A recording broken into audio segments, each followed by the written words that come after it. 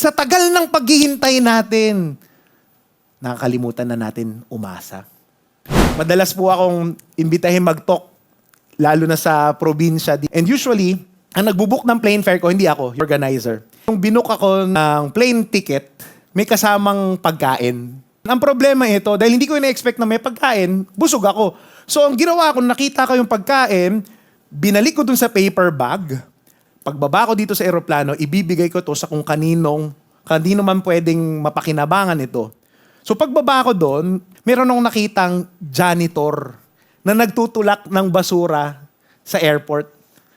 Habang nagtutulak siya, nagsi-cellphone din siya. So lumapit ako sa kanya, bit-bit yung paper bag ko. Sabi ko sa nga, kuya, sa'yo na lang, boss. Hindi ko nagalaw yan. Ang problema ito, nasa cellphone siya.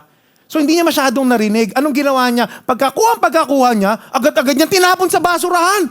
Sabi ko, kuya, may pagkain yun. Hindi ko pa nagalaw, sayang. Pang merienda mo sana.